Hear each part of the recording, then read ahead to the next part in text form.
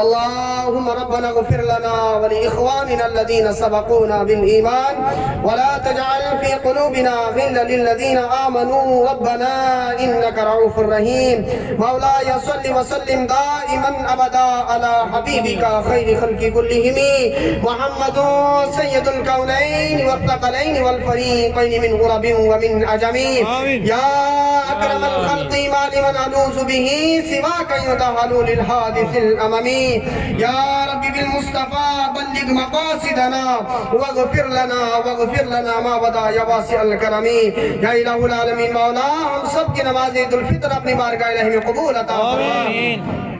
یا اللہ ہمارے پڑھنے میں، پڑھانے میں، زبر میں، زیر میں، شد میں، مد میں، قیام میں، قعود میں، رکوع میں، سجود میں چھوٹی بڑی غلطیاں جتنی بھی ہوئی ہوگی مولا تو اپنی شان کے لائق مولا ان پہ پردہ عطا فرما۔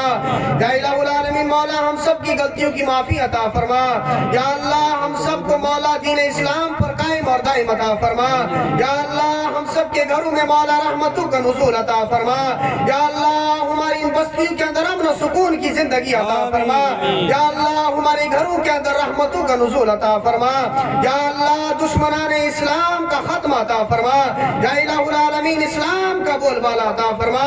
وصلی اللہ تعالی علی خیر خلقہ محمد وعلی آلہ وصحبہ اجمعین۔